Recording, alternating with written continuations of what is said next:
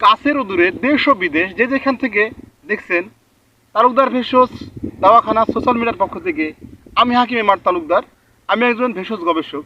বন্ধুরা আমার, অনেকে বলবেন হাকিম সাহেব আপনি ভেষজ গাছপালা নিয়ে আলোচনা করেন, আপনি বেগুন খেতে কি করছেন? বন্ধুরা আমার, তাদের জন্য ভিডিওটা দেখুন, না টেনে দেখবেন। সেটা হচ্ছে, একটা কথা প্রচলিত ছিল, যার নাই কোনো গুণ সে হলো বেগুন। এটা উল্টে গেছে, এটা হয়েছে এখন পুষ্টিতে ভরা গুণ, সেটা হলো বেগুন। এই যে বেগুন দেখতে পাচ্ছেন বন্ধুরা আমার, একটা কথা না বললেই নয়। আগে মা বাবারা, একটা তো কথা আছে যে বাবার দাদার মেলা বাবার অল্প আমার শুধু গল্প। আসলেই গল্প, কেননা আগের বাপ দাদারা যখন বেগুন ক্ষেত্রে বেগুন উঠাতো, তখন অনেকগুলো বস্তার বস্তা ঢাকি ঢাকি বেগুন উঠতো। এখন বেগুন আর উঠে না, কারণ বেগুনে এবং সিমে একটা অতি পরিচিত ভাইরাস অ্যাটাক করছে, সেটা হলো মোজাইক ভাইরাস। তাই আমি এই মোজাইক ভাইরাস ধরার ফলে বেগুন ক্ষেত্রে উৎপাদন ক্ষমতা কমে গেছে, বাজারে দাম অনেক চওড়া। তাই আমি সংশ্লিষ্ট সরকার কর্তৃপক্ষের প্রতি বিশেষ অনুরোধ, আপনারা এই মোজাইক ভাইরাস নিয়ে, বেগুনের মোজাইক ভাইরাস নিয়ে গবেষণা রিসার্চ করুন এবং কৃষকদের মুখে হাসি ফোটান। যারা আমাদের জন্য যোগায় অন্ন, আমরা তাদের জন্য। কৃষক বাঁচলে দেশ বাঁচবে, আমরা বাঁচবো।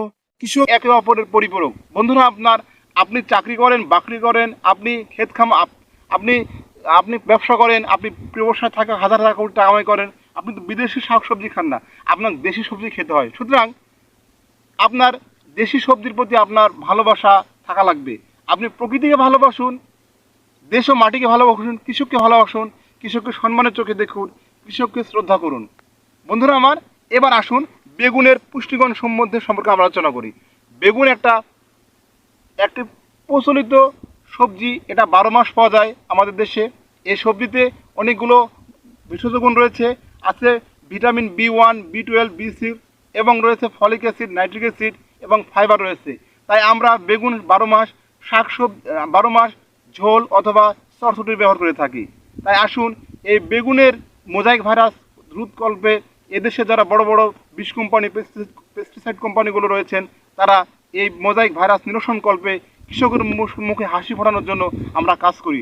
বাবারে, একটা কথা আছে, এই মাটির বুকে সবুজের সোনালি হাসি ফোটানো, এই কাজটা তো কঠিন নয়। আরেকটা কথা না বললে নয়, বিদেশিরা আপনার ওদের কোনো শাকসবজির দাম কমে গেলে ওরা প্রচুর পরিমাণে শাকসবজি খায়, আর আমাদের দেশে উল্টো, আমাদের দাম কমে গেলে আমরা খেতে চাই না। তাই আমাদের দেশে বাজারের স্বস্তি আনার জন্য আমরা বেশি করে, যখন দাম কমে যাবে, বেশি করে শাকসবজি খাবেন এবং কৃষকের মুখে স্বস্তি আনবেন। কৃষক বাঁচলে আমরা বাঁচবো, কৃষকরা আমাদের প্রাণ। এই দাবি